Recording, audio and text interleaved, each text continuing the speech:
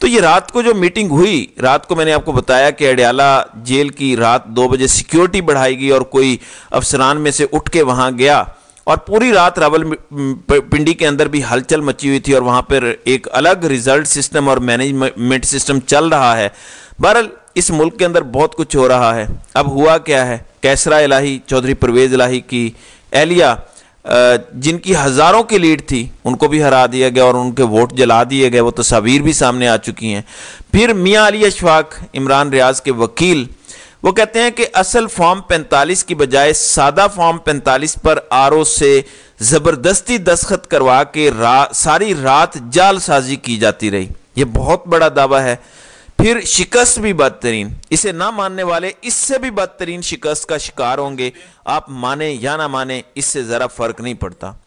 ناظرین اکرام، میں یہ آپ کو بتا رہا ہوں، انٹرنیشنل میڈیا کو میں نے دیکھا، انہوں نے عمران خان سے متعلق رپورٹ کیا کہ عمران خان نے کلین سویپ کیا ہے، انڈیا نے کہہ دیا، امریکہ مان گیا۔ اب یہ جو آپ تماشا لگا رہے ہیں، مذاق تو چھوٹی بات ہے، آپ اپنے ساتھ ظلم کر رہے ہیں، ملک کے ساتھ ظلم کر رہے ہیں۔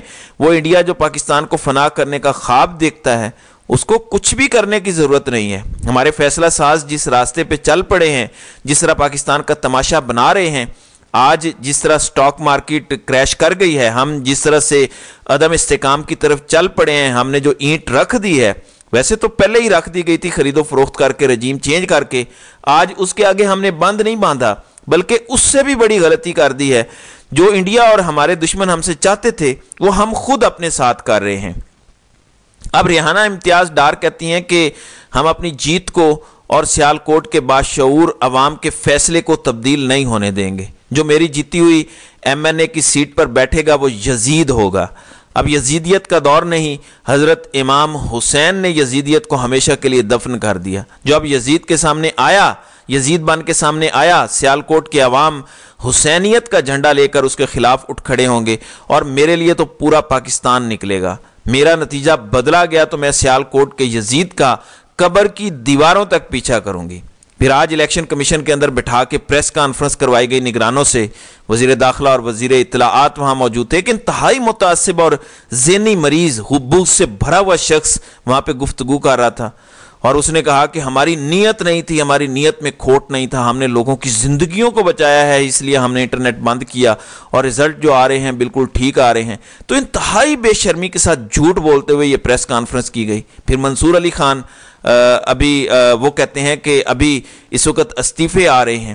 جو لوگ پی ایم ایل این کا نتیجہ مرتب کر رہے تھے، انہوں نے مجھے خود بتایا کہ نون لیگ ہر جگہ سے ہار چکی ہے، خدا کے لیے عوام کے ساتھ ایسا مذاق نہ کریں۔ منصور علی خان جنہیں پرو نون لیگ صحافی سمجھا جاتا ہے، انہوں نے کہا کہ مجھے خود نون لیگ کے اندر سے لوگوں نے بتایا کہ ہم ہر جگہ سے ہار چکے ہیں۔ تو اب اس طرح سے لوگوں کا مذاق اڑائیں گے؟ مہر بانو قریشی کے 16,000 سے زائد ووٹ مسترد کیے گئے۔ اتنے نالائق ہیں ملتان کے لوگ، آپ کیا سمجھتے ہیں؟ مقصد صرف ایک تھا تاکہ ان کو ہرایا جا سکے۔ یہ ایک عجیب بہرحال تماشا ہو رہا ہے۔ ڈپٹی کمشنر خوشاب، ایک غیرت مند شخص جیسے اعجاز الاحسن استعفیٰ دے کر چلے گئے، وہ بھی چلے گئے۔ شاہد جمیل خان نے کہا لاہور ہائی کورٹ سے استعفیٰ دیتے ہوئے کہ غلامی نہیں، کوئی ڈکٹیشن نہیں، اور وہ بھی استعفیٰ دے کر چلے گئے۔ اب آج کیا ہوا؟ ڈپٹی کمشنر خوشاب جو آر او افسر تھے وہ مستعفی ہو گئے ہیں۔ انہوں نے کہا کہ 35 سال کی سروس میرے لیے فخر تھا، تاہم گزشتہ 2-3 روز میں جو ہوا میرے لیے وہ ڈراؤنا خواب ہے۔ ریزائن کر دیا ہے انہوں نے۔ تو یہ جو کچھ بے شرمی اور ظلم ہو رہا ہے، اس کو میں آن نہیں کر سکتا، میں نے قبر کے اندر جانا ہے۔ لہٰذا اب وکٹری سپیچز اور تاج پوشی کا تماشا لگانے کی کیا ضرورت ہے؟ اب تاج پوشیاں ہو رہی ہیں جبکہ دنیا مذاق اڑا رہی ہے اور ان کے منہ پر تھو تھو کر رہی ہے، اور کہہ رہی ہے کہ جیل کے اندر بیٹھا ہوا قیدی نمبر 804 جیت چکا ہے، پاکستان کی عوام جیت چکی ہے۔ میں نے پہلے بھی کہا تھا کہ رزلٹ تبدیل کرنے سے، نتیجے تبدیل کرنے سے حقیقتیں تبدیل نہیں ہوتی، اور حقیقت یہ ہے کہ پاکستان کی عوام نے آپ کو اجاڑ دیا ہے، آپ کی قبر کھود دی ہے۔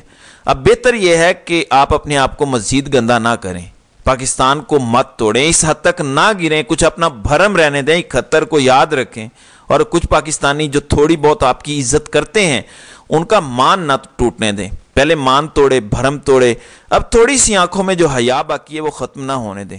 اتنا نہ اپنے آپ کو ننگا کریں، نہ بنائیں قوم کا تماشا۔ کوئی ناجائز چیز قوم آپ سے نہیں مانگ رہی، اپنا آئینی حق مانگ رہی ہے، یہ ان کا آئینی حق ہے، نہ کھیلیں ان کے ساتھ۔ اللہ تعالیٰ ان کو عقل عطا کرے اور تھوڑی سی شرم بھی دے دے۔